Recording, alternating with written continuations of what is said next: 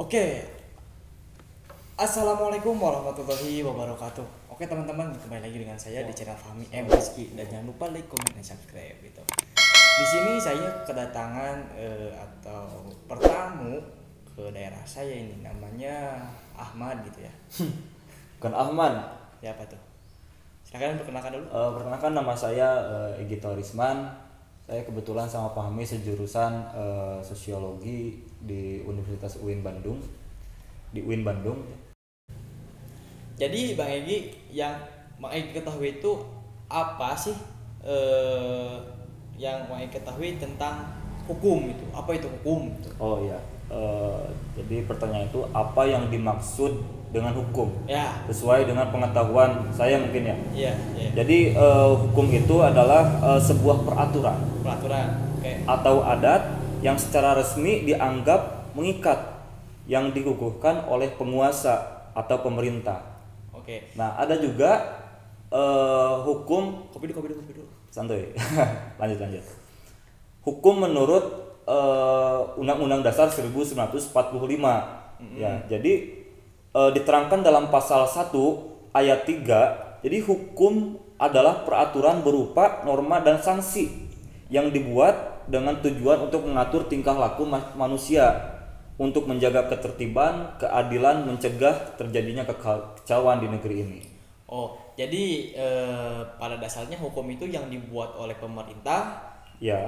pemerintah yang ada di negara atau pemerintah yang ada di suku-suku dan harus dipatuhi oleh masyarakat. Ya, itu harus dipatuhi. Dipatuhi. Jadi pemerintah itu sebagai penegak hukum ditujukan kepada siapa? Ditujukan kepada masyarakat. Pada masyarakat itu. Pun si penegak hukumnya juga Harus patuh hukumnya. harus patuh hukum. Iya.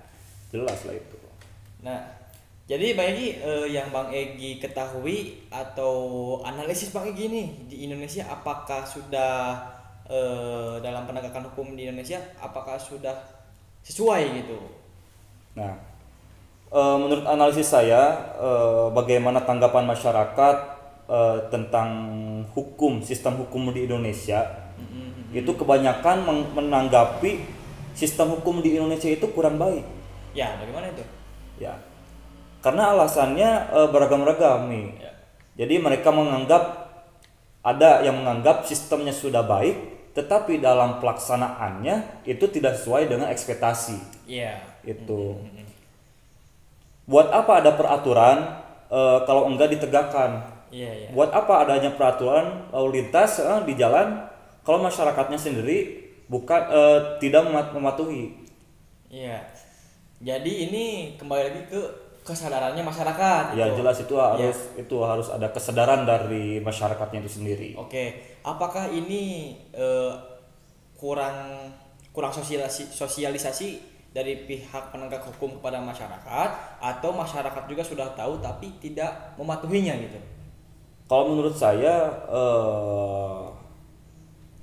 faktor pertama itu dari pemerintah kurang mensosialisasikan akan adanya hukum, Ya. kurang mensosialisasikan. Yang faktor kedua karena masyarakat menganggap hukum itu kurang baik, masyarakat tersebut tidak mematuhi hukum tersebut. Gitu. Karena dirasa aturannya itu kurang baik. Gitu. Ya, jadi pada intinya itu masyarakat juga ini, jadi pihak penegak hukum sudah mensosialisasikan, cuman emang dari mereka itu sudah semaksimal mungkin, tapi belum tersampaikan kepada masyarakat yang di pelosok, yang pendidikannya itu kurang gitu ya. Nah, terus yang ketiga itu apakah pengimplementasian hukum di Indonesia ini sudah berjalan dengan lancar atau dengan baik? Ya, itu sudah yang dijelaskan sama saya yang tadi ya. Ya. Bahwasannya masyarakat itu tanggapannya itu terhadap sistem hukum di Indonesia itu kurang baik. Kurang baik. Jadi kurangnya kedekatan atau kurangnya sosialisasi, kurangnya pemahaman masyarakat terhadap hukum tersebut gitu ya. Itu bisa jadi kurangnya pemahaman bagi masyarakat karena kurangnya pensosialisasian dari pemerintah mungkin. Yang kedua itu kurangnya kesadaran dari masyarakat gitu. Begitu ya. Jadi kurang kesadaran gitu Kesadaran. akan adanya hukum. Itu bagaimana cara jalan keluarnya itu? Nah, bagaimana cara bagaimana cara masyarakat akan sadar akan adanya sebuah sistem hukum yang berlaku di Indonesia. Jadi cara menyadarkannya itu memang secara individualisme itu harus ditanamkan dari hal yang terkecil terlebih dahulu, dari kehidupan sehari-hari contohnya. Itu harus ditanamkan dari sejak dini itu supaya nanti kedepannya setelah dia dewasa mereka sadar akan hukum. Apa itu hukum yang telah yang diberlakukan sama pemerintah gitu. Kita intinya dalam meningkatkan kesadarannya itu harus dimulai dari hal yang terkecil dulu lah dalam kehidupan sehari-hari. Baik. Nah, kita kan sudah membahas tuh bagaimana tentang seluk-beluk hukum. Nah, kita akan coba tarik kasus hukum yang ada di Indonesia ini yang bersifat ini. Bentar dulu ya. Jadi ada yang pernah mengatakan bahwa hukum di Indonesia ini tajam ke bawah, tumpul ke atas. Nah, bagaimana tanggapannya? Tajam ke bawah, tumpul ke atas. Nah. Contohnya kasus korupsi. Kita ambil contoh kasus korupsi. Oke. Karena Indonesia kasus korupsinya itu merupakan negara dalam kasus korupsinya terbanyak ya. Gitu. Cara menanggapinya ya itu kembali lagi kepada sistem hukum. Itu sistem hukum yang berlawan kepada si koruptor itu tidak memberikan efek jerak, sehingga banyak lagi dan lagi kasus-kasus baru korupsi yang baru. Itu tidak akan memberikan efek jerak itu sistem hukum di Indonesia itu. Oke. Nah, tanggapan saya gimana tuh mengenai kopi dulu. Oke, santuy. Mengenai sistem hukum yang ada di Indonesia ini emang betul gitu ya. Ketika koruptor ini, mohon maaf sebelumnya bukan menyinggung tentang koruptor, tetapi yang analisis saya gitu kan, saya kan bebas berpendapat gitu kan, warga Indonesia gitu, bebas berpendapat gitu. Ketika koruptor dan maling, contohnya maling apa itu? Nenek-nenek maling kayu. Nenek-nenek maling kayu gitu ya. Nah, si koruptor ini, si nenek-nenek ini hanya merugikan satu orang. Iya, hukumannya berat itu. Tetapi koruptor yang merugikan ribuan orang, yang merugikan berjuta-juta orang, ini hukumannya emang ya kurang sih. Kalau dilihat dari hukumannya, kita lari aja ke selnya. Ketika sel kejahatan atau sel pidana masyarakat biasa, ini sangat mengerikan. Dikarenakan apa? Ini supaya menumbuhkan efek jerak terhadap mereka, baik mereka maupun orang lain gitu, supaya tidak melakukan gitu. Nah, ketika koruptor di penjara, di dalam selnya itu ya, kalau menurut saya yang bodoh ini hitung-hitung ya, berpindah tempat tidur, ada AC, fasilitas lengkap. Kalau kata Bang Egy ya, melihat dari konten Najwa Shihab itu. Iya, saya bukan melihat vlog bagaimana sih sel-sel yang ada di Indonesia khusus bagi koruptor itu. Kayak Hotel Bintang 5. Itu lapasnya kalau nggak salah itu di lapas Sukamiskin itu. Itu yang diselidiki sama Banazba itu. Nah, ini harusnya menjadi suatu pertanyaan atau gimana? Atau sebuah permasalahan? Menurut saya ini suatu permasalahan, dikarenakan apa? Ketika koruptor itu dipenjarakan, dikasih fasilitas yang enak, walaupun itu bukan fasilitas dari lapas, itu fasilitas membawa sendiri. Ini tidak akan membuat efek jerak. bakal banyak koruptor yang masuk dikarenakan saya korupsi segini, hukumannya juga segini, fasilitas tetap enak gitu. Ini menjadi suatu PR gitu kan. Yang menjadi permasalahannya itu di mana letak keadilan itu. Nah, itu. Ketika rakyat kecil yang melakukan kesalahan, ya bisa sebut sedikit, ini dicecer habis-habisan. Ini dicecer habis-habisan. Supaya efek jerak. Ketika koruptor yang melakukan yang merugikan masyarakat banyak ini biasa-biasa aja gitu. Malahan ketika udah sidang kayak artis aja gitu keluar, sehat gitu. Nah, kalau rakyat biasa ketika melakukan kejahatan setelah sidang ini menjadi malu. Ini menjadi malu dikarenakan ini suatu aib gitu kan. Nah, bagaimana cara menumbuhkan kesadaran hukum bagi koruptor tersebut? Ya koruptor itu udah tertangkap tangan gitu. Tapi ini untuk meminimalisir terjadinya korupsi tersebut, ini harus diarahkan diarahkan kepada individualnya gitu, akan kesadaran hukum, terus pemerintah atau pihak-pihak yang memantaunya gitu. Terus ini jangan ada kong kali kong gitu kan, yang ada kong kali kong harus dipantau terus supaya supaya meminimalisir terjadinya korupsi tersebut gitu kan. Ini suatu pelanggaran hukum kalau korupsi menurut saya itu. Emang betul ya?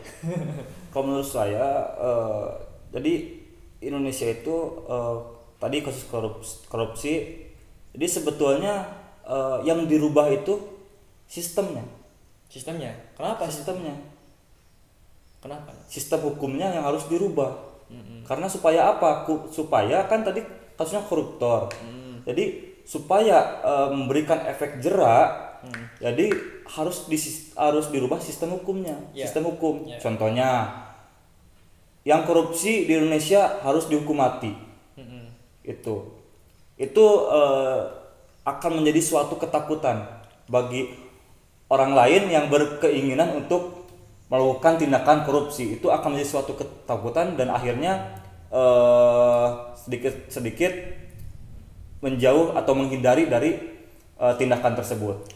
Menurut saya itu ya biasa-biasa aja sih. Lihat aja, saya pernah mendengar ketika ada salah satu orang koruptor, kalau saya korupsi gantung saya di Monas, itu siapa tuh?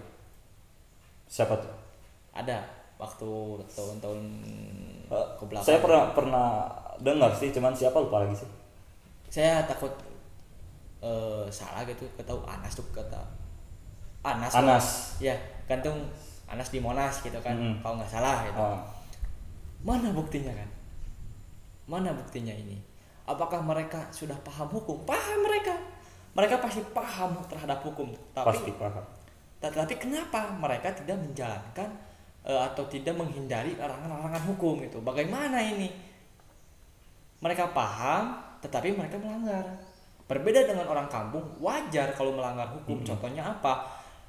Orang kampung di pelosok ada tanah negara, ada bambu, ya menurut mereka ini ya nggak apa-apa lah, bambu di tanah negara ini milik kita semua. Bukan milik kita semua.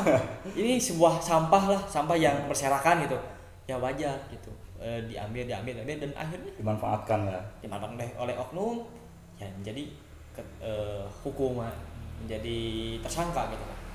Ini mengerikan gitu. Makanya penting kesadaran hukum terhadap masyarakat gitu kan.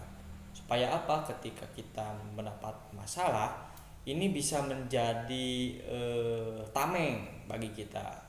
Jadi tidak dimanfaatkan oleh oknum-oknum gitu. Tapi menurut lo para pejabat-pejabat pemerintahan itu paham gak sih tentang hukum? Mereka paham, cuman mereka kayaknya, dan tanda kutip pejabat yang melakukan koruptor itu ya, tidak semua pejabat itu tidak baik. Pasti ada yang baiknya juga. Mereka yang melakukan pelanggaran tersebut ini pasti mereka paham terhadap hukum, dikarenakan sekolah-sekolah mereka juga bukan kelas SD, SMP atau SMA. Saya bukan merendahkan tingkat SD, SMP, SMA, tapi ini melihat tingkatan mereka pasti di atas SMA, S1, S2, bahkan ada yang S3 gitu kan. pasti mereka paham terhadap hukum, pasti mereka pernah mempelajari terhadap hukum. Tetapi kenapa mereka melakukan pelanggaran tersebut? Mungkin ke satu hilaf, yang kedua ada intimidasi, ketiga ada kong kali kong, dan banyak lagi sebab-sebabnya gitu. Gak mungkin kalau krisis ekonomi. Gak mungkin. Itu mereka sadar terhadap hukum, tetapi kenapa mereka lakukannya gitu? Makanya perlu masyarakat yang saya telah disebutkan tadi, perlunya paham atau kesadaran hukum bagi masyarakat. Pemerintah juga harus lebih paham.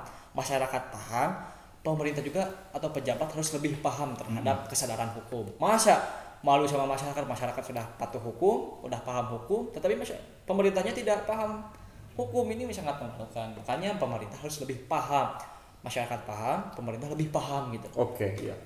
Gitu. Pertanyaan terakhir. Jadi bagaimana peran kita sebagai mahasiswa itu supaya merubah sistem hukum di Indonesia itu lebih baik? Itu peran mahasiswa itu harus seperti apa? Tindakan kita untuk kontribusi ke negara itu harus seperti apa itu untuk merubahnya? Bentar, ini teh yang buka acara, yang punya acara siapa ini? Nggak, kan ini kan menanya gitu. Ini kan diskusi gitu. Boleh. Ini kan diskusi bebas gitu. Jadi bagaimana peran mahasiswa ini terhadap supaya ada kontribusi ke negara ini mengenai hukum gitu kan. Contohnya seperti kasus Omnibus Law kemarin gitu. Iya, betul. Gimana tuh? Omnibus Law kemarin mahasiswa itu turun ke jalan terus melakukan aksi supaya apa? Jadi di dalam Omnibus Law itu tidak semua pasal yang kontra terhadap masyarakat itu. Makanya kalau di organisasi kami sebelum kita turun aksi ini dipelajari dulu. Ada tuh si Bang Adli itu mempelajari dari awal pembentukan undang-undang Omnibus Law itu dipelajari terus. Oh, ini pasal ini kurang mantap nih. Ini pasal ini. Makanya sahabat-sahabat kami ini mempelajari terus nanti dicurahkan ke gedung DPR gitu kan. Ke gedung DPR bahwasanya pasal ini harusnya ditiadakan atau ditandatanyakan gitu kan. Tetapi banyak masyarakat yang mengetahui bahwa Omnibus Law ini negatif semuanya kepada masyarakat gitu kan, kontra terhadap masyarakat. Padahal tidak semua pasal Omnibus Law ini kontra terhadap masyarakat. Makanya itu perlunya kesadaran hukum, perlunya pengkajian hukum bagi masyarakat itu, masyarakat. Nah ini gimana? Kalau menurut saya ketika kita mau merubah suatu sistem maka kita harus masuk ke dalam sistem tersebut. Oke. Itu. Jadi supaya kita bisa merubah sistem, kita harus masuk ke dalam sistem tersebut. Oke. Baik, mungkin dulu pertanyaan terakhir ya. Ini soalnya udah 20 menit nih. Ini udah lewat dari 10 menit ini sebetulnya. Oke. Mungkin cukup sekian, mohon maaf bila penyampaian saya atau peserta Egi ini kurang hikmat, mohon ampun bila penyampaian kami kurang santun. Allahumma muwaffiq ila aqwamit thoriq. Wassalamualaikum warahmatullahi wabarakatuh. Waalaikumsalam warahmatullahi wabarakatuh.